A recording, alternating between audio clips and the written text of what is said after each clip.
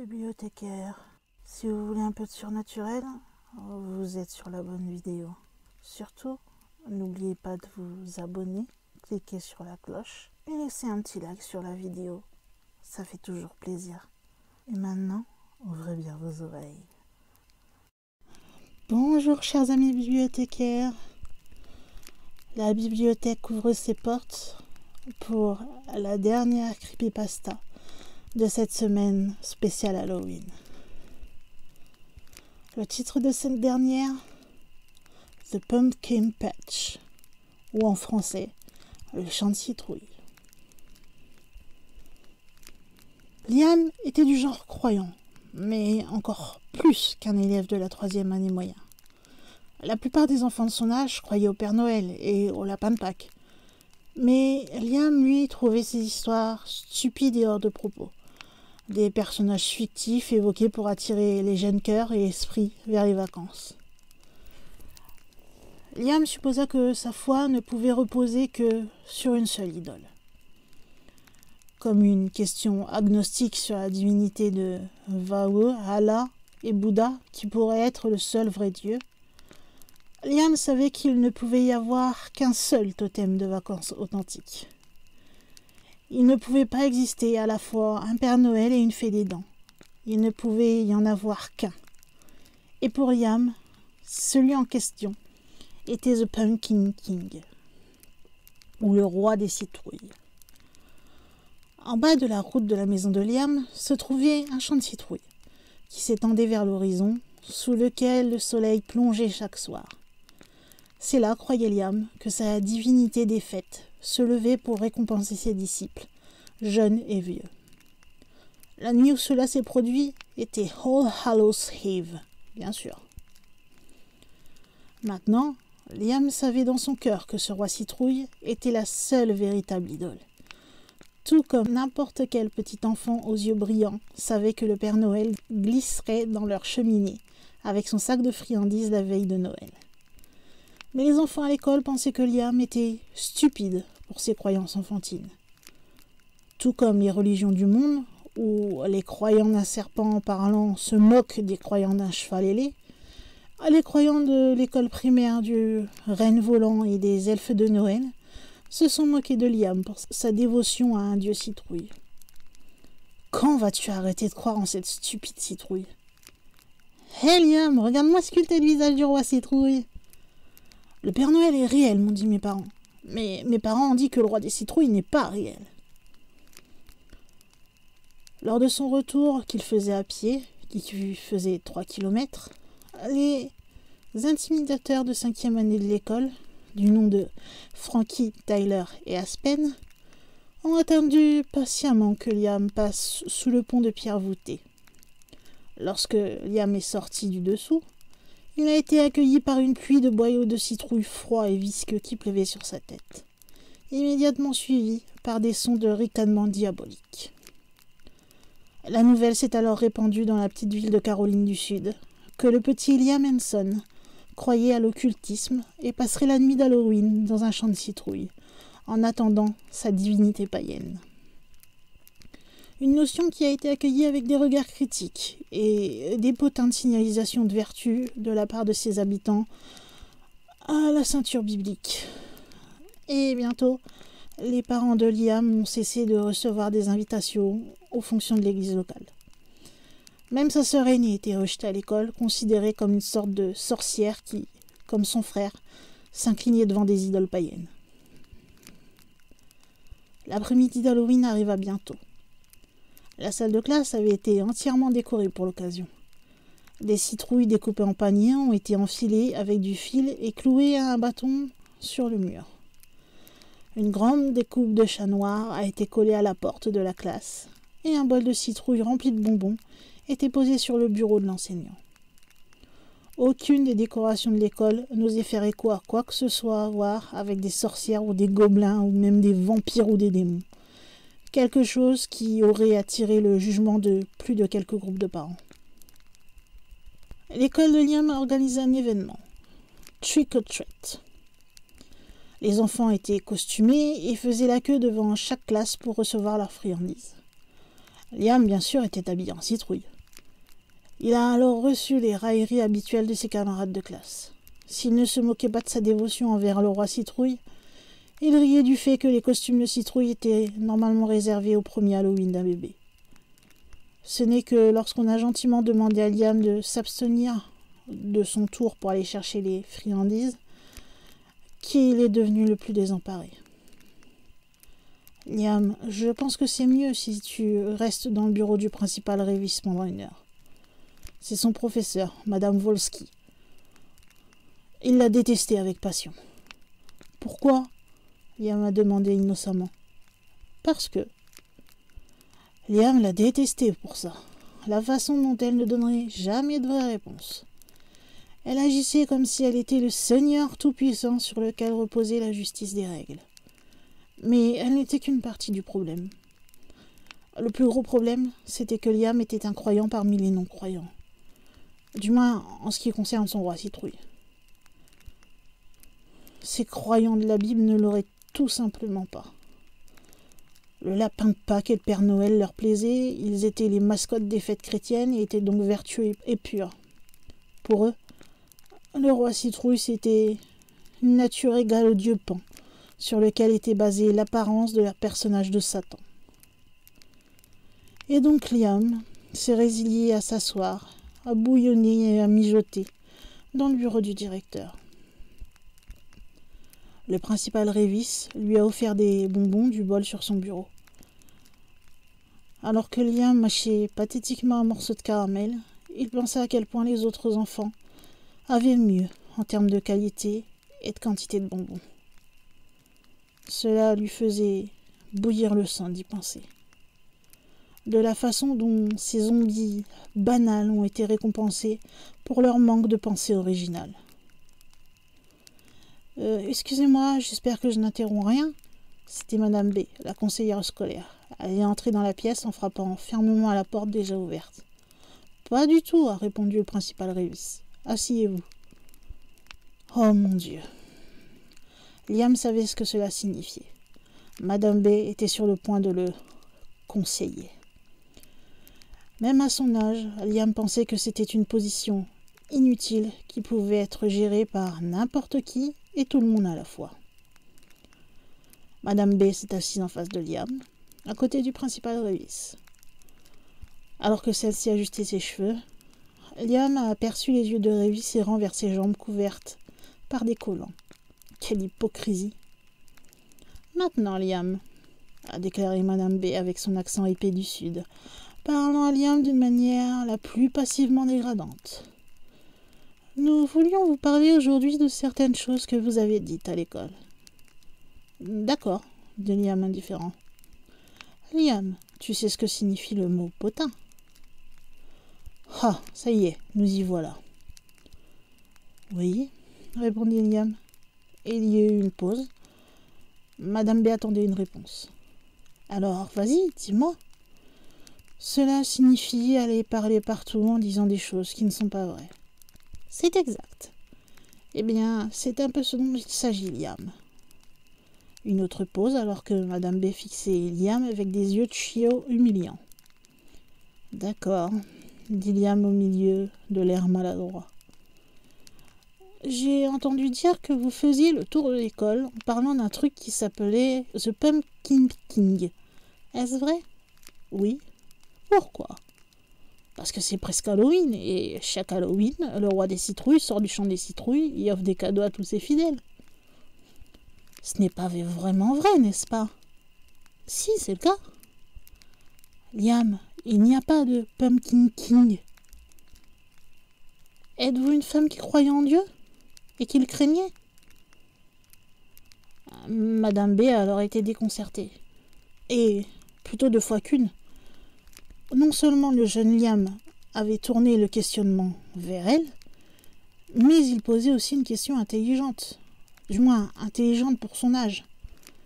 Elle ne pouvait pas dire s'il était aussi mature intellectuellement ou s'il répétait simplement quelque chose qu'il avait entendu dire par un adulte. Balbutia Madame B. Oui, je crois en Dieu. Aller à l'église 2 fois par semaine. Liam grimaça à la façon dont elle prononçait 2 fois comme « twas ». « Et tu crois à l'histoire du serpent dans le jardin ?»« Bien sûr. Première histoire de la Bible. » « Est-ce qu'un serpent qui parle dans un jardin est moins fou qu'une citrouille qui parle dans un champ ?»« Eh bien, Liam, il est important que tu comprennes la différence. La Bible est la parole de Dieu. » Cela n'allait nulle part. Liam a abandonné et a passé le reste de la séance à regarder le mur pendant que Madame B racontait des bêtises baptistes et des citations sur la saleté de la vaisselle qu'elle avait ramassée sur un site d'aide pour les conseillers. C'est une enfant, pensa Liam, non éclairée et sans éducation. Le soir arriva bientôt et il y avait la sœur aînée de Liam, Tara, vêtue de son costume de sorcière scintillant. Elle l'a réprimandée pour ses croyances stupides qui lui avaient valu tant de critiques à l'école et en ville. « Je jure devant Dieu, dit-elle, si j'entends encore un mot de toi à propos de cette stupide histoire de citrouille, je vais te déposer au cimetière pendant la nuit. » Mais Liam ne passerait pas la nuit dans un cimetière. Il la passerait dans le champ de citrouille près de sa maison. Ce soir, c'était la fameuse nuit. Et cela le fit sourire. Tous les tourments, les fanatiques religieux signalant la vertu, l'intimidation, les mots durs, la négligence, tout cela porterait ses fruits en cet Halloween glacial. Liam a quitté la maison, mais contrairement aux hordes d'enfants marchant sur la terre ce soir-là, Liam n'était pas en costume. Il portait tout simplement un jean et un manteau de fourrure pour se réchauffer une fois le soleil couché. Bien sûr, son absence de costume a attiré des regards confus venant des adultes qui distribuaient les bonbons. Les autres enfants étaient trop occupés à engloutir du chocolat pour s'en apercevoir. Liam a alors parcouru plusieurs mètres alors qu'il se dirigeait vers le champ de citrouilles. S'il se dépêchait, il serait capable d'attraper ce coucher de soleil orange rougeâtre dans toute sa splendeur. Alors qu'il marchait parmi les hordes tourbillonnantes de feuilles mortes d'automne, il vit quelque chose du coin de l'œil, qu'il espérait n'être que son imagination. Mais ce n'était pas le cas. Il les vit clairs comme le jour. Frankie, Tyler et Aspen. Les 3 intimidateurs. Ils se tenaient sur le côté de la maison de quelqu'un. Et ils virent aussi Liam, qui se dirigeait manifestement vers le champ de citrouilles. À ce moment-là, Liam aurait souhaité ne pas s'être autant énervé à propos du roi citrouille. Les 3 intimidateurs semblaient se figer sur place, alors que leurs yeux de faucon suivaient chaque pas de Liam. « Tu vas voir l'homme citrouille ?» L'un d'eux l'a crié. Liam ne savait pas lequel, mais c'était mauvais. Il ne laisserait sûrement pas passer une chance d'avoir Liam seul dans un champ de citrouilles. Liam recommença à imaginer sa tête couverte de boyaux de citrouille. Il continua de marcher, évitant le contact visuel avec ses 3 bourreaux. Il pouvait encore sentir le poids de leurs globes oculaires contre son dos. Mais il n'a pas osé regarder en arrière, car cela les aurait peut-être davantage provoqués. Liam est arrivé dans le champ de citrouilles, à l'heure exacte qu'il avait espérée. Le soleil était à mi-chemin au-dessus de l'horizon, et il brillait d'une lueur rougeâtre qui rendait le ciel autour de lui rose. Liam s'est perché au sommet d'une énorme citrouille et a regardé avec plaisir le soleil se coucher. Avant qu'il ne s'en rende compte, le soleil avait disparu, laissant la place à un ciel nocturne étoilé qui était complété par une lune de récolte orange vif.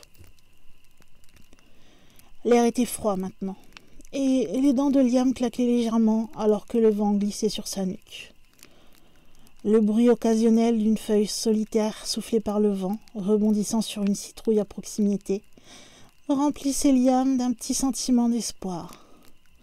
Chaque fois que cela arrivait, il aspirait à ce que le son soit produit par l'arrivée de son roi citrouille. Pourtant, Liam avait une certaine satisfaction. Pourquoi ? Parce que les 3 intimidateurs ne s'étaient pas encore présentés pour le tourmenter. Du moins, pas encore. Néanmoins, Liam gardait les yeux ouverts pour les démons. La lune monta bientôt à son apogée dans le ciel. Il devait être environ 8 heures maintenant. et les fripons se dirigeaient probablement à l'intérieur des maisons, typiques d'une nuit d'Halloween qui tombait un jour de semaine. Mais Liam était toujours dehors, sous le ciel nocturne. C'était un garçon patient, et il attendait que son idole se présente. Liam entendit un bruissement dans le feuillage à proximité. Il s'assit et écouta. Le bruissement n'était pas loin. Était-ce le roi Citrouille? Liam espérait sûrement. Pouh! Liam faillit tomber de la citrouille sur laquelle il était assis. Tout comme il l'avait craint, Frankie, Tyler et Aspen avaient dressé leur visage diabolique dans son champ de citrouille. Le roi des citrouilles est-il déjà arrivé? Frankie s'est moqué. Il était le meneur, et en ce moment, il cherchait particulièrement la lutte. Chacune des 3 brutes tenait d'énormes sacs de bonbons, probablement volés à des enfants plus jeunes. Sans commentaire, Frankie a persisté. « Mors-moi !» dit Liam. Et à cet instant, c'était comme si une bombe avait explosé. Liam n'était pas tout à fait sûr si ce qu'il avait pensé était réellement sorti de sa bouche. Il était clair, d'après les visages stupéfaits autour de lui, qu'il l'avait effectivement dit. « Que viens-tu de dire ?» demanda Aspen. Liam inspira profondément. « J'ai dit... » Liam n'arrivait toujours pas à croire que cela sortirait de sa bouche. « Mords-moi !» Frankie émit un rire menaçant. « Waouh! Même après tout ce temps, tu ne comprends toujours pas. » « Qu'allons-nous lui faire ?» Tyler ricana. A réfléchi Frankie. Liam s'assit sur la citrouille, essayant d'avoir l'air aussi calme que possible. Ses doigts tremblaient nerveusement à ses côtés et il espérait que ça ne se voyait pas. Tout signe de faiblesse de sa part était comme du sang dans l'eau. Il ne savait pas trop comment il s'en sortirait. « Je sais !» Ces seuls mots prononcés par la bouche de Frankie ont envoyé des frissons dans tout le corps de Liam. Il aime tellement les citrouilles. Enfonçons-le dans celle-là. Attrapez-le. Avant que Liam ne puisse bouger, Tyler et Aspen agrippèrent ses bras fermement et le tirèrent hors de la citrouille.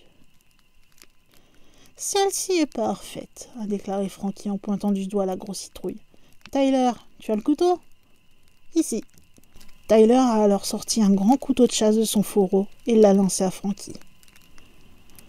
Frankie prit le couteau comme s'il était un épéiste du Moyen-Âge, souriant sauvagement. « Parfait !» s'exclama Frankie en s'approchant de la grosse citrouille. « Bouge !» Frankie agita sauvagement la main. Comme des mouches domestiques, Tyler et Aspen se séparèrent de la grosse citrouille, tenant les bras de Liam. Frankie s'est agenouillé devant la citrouille massive et a vicieusement planté le couteau dans son ventre, faisant une entaille au milieu. La manière dont il l'a poignardé ferait très bien imaginer Frankie comme un futur tueur en série. « Ouais », a déclaré Frankie en coupant la chair de la citrouille. Tyler et Aspen hochèrent la tête et ricanèrent en regardant Frankie s'éloigner. Finalement, Frankie avait creusé une grande ouverture dans la citrouille. Juste assez grande pour qu'un corps humain y soit enfoncé, mais assez serré pour qu'il ne puisse pas être retiré. Frankie regarda Liam avec ses yeux fous, l'air assez fier de son travail. « Et maintenant, nous insérons notre petit amateur de citrouille. Bonne chance pour t'en sortir !» Tyler et Aspen tirèrent Liam vers l'ouverture de la citrouille. Mais ils n'ont pas eu beaucoup à utiliser de force, ce qui semblait les intriguer. Liam était curieusement coopératif, et la peur avait pratiquement disparu de son visage. « Quel est ton problème ?» demanda Tyler en se levant face à Liam. « Au moins, je sais pas, crie un peu, crie au secours, quelque chose. » Tyler et Aspen s'arrêtèrent brutalement. Ils ont scruté les traits incroyablement calmes de Liam, essayant de leur donner un sens. « Tu n'as pas peur ?» demanda Aspen. « Vas-y, pleure, appelle ta maman, parce qu'elle ne t'entendra pas quand ton cul sera à l'intérieur de cette citrouille. » Le comportement détendu de Liam persistait, mais les 3 intimidateurs ont également continué. Tyler frappa à l'épaule de Liam du bout des doigts. « Crie au secours !» Elle frappa à nouveau, répétant son ordre. Liam n'a rien fait, même pas un tressaillement. « Qu'est-ce qui se passe ?» Frankie a demandé dans la perplexité complète. « Est-ce qu'il va s'effondrer ?» Liam n'allait sûrement pas donner satisfaction à ces petits sadiques. Oh ! Tout l'air des poumons de Liam est sorti de sa bouche en une seule rafale, alors que le poing d'Aspen a frappé l'endroit idéal, au niveau des intestins de Liam. « Crie au secours !» répétait Tyler, alors que lui aussi frappait Liam. Cette fois, dans les côtes. Mais Liam est resté provoquant. Frankie, quant à lui, semblait s'impatienter. « Bouge !» a déclaré Frankie en s'approchant de Liam. Frankie leva le couteau et Liam sentit ses yeux s'agrandir d'eux-mêmes. Frankie a alors attrapé la nuque de Liam et s'est agenouillé devant Liam pour que les deux soient face à face. Il a apporté la pointe du couteau jusqu'au menton de Liam en le tenant à un cheveu de distance. « Crie pour de l'aide !» ordonna Frankie. Puis, soudain, une sorte de changement dans le vent. Personne n'a pu mettre le doigt dessus, mais l'atmosphère a bien changé. Une nouvelle présence s'est manifestée dans le champ de citrouille. Mais elle n'a pas encore été vue. Et à peu près tous les enfants qui avaient déjà été victimes d'intimidation auraient savouré la façon dont les yeux de Frankie ont lentement commencé à se remplir de peur. Ils s'écarquillèrent même, alors qu'ils regardaient la bouche de Liam se former lentement en un sourire sadique. « Non ! Toi !» criait au secours. Frankie bondit sur ses pieds et tenait son couteau prêt. Il avait l'air paniqué, sa tête tournant rapidement dans toutes les directions, comme celle d'un oiseau chanteur effrayé. « Qui est là ?» Frankie bégaya. Sa voix se brisa. « Qui est là ? Sortez ou je vais vous vider !» Un vent froid commençait à souffler sur le champ de citrouille, soufflant des feuilles mortes tout autour. Et il y eut un bruissement soudain, venu de tout près, et on pouvait voir les feuilles et les vignes se déplacer à partir de quelque chose qui rampait parmi eux. « Là-bas !» Frankie a crié, pointant dans la direction du bruissement. Il commença à s'approcher, ses comparses aux pieds. Liam resta sur place, pas tout à fait sûr que les trois se souviennent même qu'il était là. Les trois intimidateurs se sont alors arrêtés brutalement. Leur sang dans leurs veines s'est figé. Frankie laissa tomber le couteau en regardant une épaisse citrouille ramper sur le sol comme un boa constricteur. D'autres vignes ont suivi, toutes rampant vers une zone collective et centrée au milieu de la parcelle. Au fur et à mesure que cela se produisait, le sourire menaçant de Liam devenait de plus en plus large. « Qu'est-ce qui se passe ?» cria Aspen. « Je ne sais pas, mais je m'en vais », a déclaré Frankie. Frankie a commencé à s'enfuir, mais il n'avait pas fait 10 pas avant que l'une des citrouilles ne se déchaîne et ne lui accroche la cheville.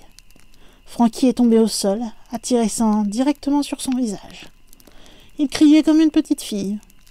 Avant que les deux autres n'aient eu le temps de réagir, eux aussi ont été accrochés par les vignes qui les ont arrachés au sol. « Aide-nous !» Ils crièrent tous la même chose. Avec un sourire toujours collé à son visage, Liam se tourna et regarda le roi citrouille s'élever du champ, dans toute sa splendeur. Cela faisait bien sûr partie du plan de Liam depuis le début. Il savait que ses bourreaux se montreraient, tout comme l'ont montré ses intimidateurs de 5e année de l'année dernière, et l'année d'avant aussi. Pour chaque année, le roi citrouille exigeait un sacrifice, et Liam ne manquait jamais de lui offrir. Le roi citrouille se leva. C'était une silhouette à peu près de 10 pieds, un torse composé d'épaisses vignes entrelacées qui s'enroulaient les unes autour des autres pour former une sorte de tronc d'arbre. La tête du roi était une grande citrouille mûre, d'une expression fluide. Encore une fois témoin du grand spectacle, Liam tomba à genoux et plaça ses paumes dans la terre, montrant son respect. « Aide-nous !» Les trois bourreaux continuèrent à crier d'une manière pathétique, de la manière qui les avait fait rire lorsque leurs précédentes victimes produisaient les mêmes cris de panique. le roi de la citrouille, je vous ai encore une fois amené des non-croyants. Non, nous croyons vraiment, vraiment. Le roi citrouille sourit à Liam. Il a approuvé. Et avec cela, les vignes qui retenaient les 3 gamins hurlants ont commencé à les entraîner vers le roi. Ils criaient et hurlaient comme jamais auparavant, mais personne ne vint pour eux. Telle la gueule d'un python, les mâchoires du roi citrouille se déchirent et sa bouche s'ouvre en grand. À l'intérieur de la bouche, flottant dans les entrailles molles et les graines, se trouvaient quelques-uns des crânes et des os des offrandes passées. Les intimidateurs ont tous enfoncé le bout des doigts dans la terre, alors qu'ils étaient traînés de plus en plus près de la gueule du roi citrouille. Leur visage pétrifié, plus délicieux que Liam ne l'avait prévu. « S'il te plaît, Liam, arrête ça !» Frankie a crié dans un dernier effort pour sauver sa peau. Et avec cela, les 3 intimidateurs ont été aspirés, directement dans la bouche du roi de la citrouille.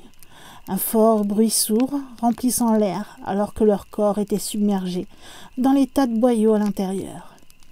Leurs cris, eux aussi, sont devenus submergés, étouffés, et finalement réduits au silence.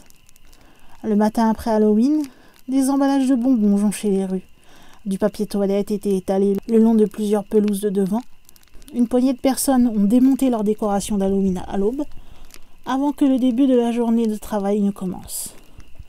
Parmi les citadins revenant à la vie normale, il y avait 3 groupes de parents inquiets, se demandant où était parti leur garçon.